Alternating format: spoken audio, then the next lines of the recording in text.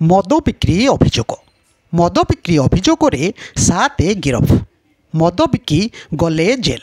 राउरकेला मद बिक्री अभियोग 7 जन को गिरफ करिछि राउरकेला अबकारी।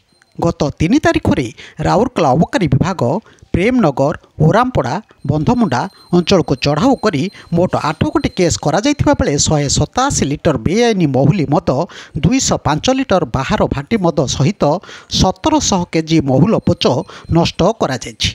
एथि सहित गोटे scooty jar number OD 14AF 4760 को जबत करा जायछि।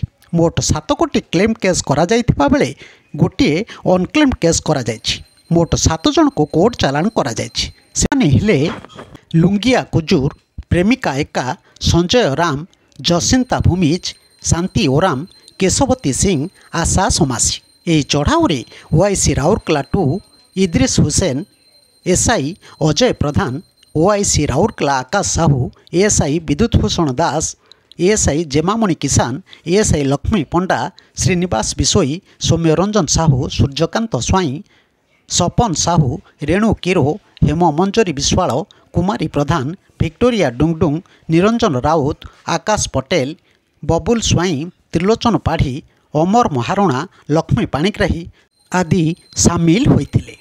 ब्यूरो न्यूज ओडिशा कथा यूट्यूब चैनल टी को आपण माने देखुचंती मतामत दियंतु, लाइक करंतु, सब्सक्राइब करंतु और शेयर मध्य करंतु।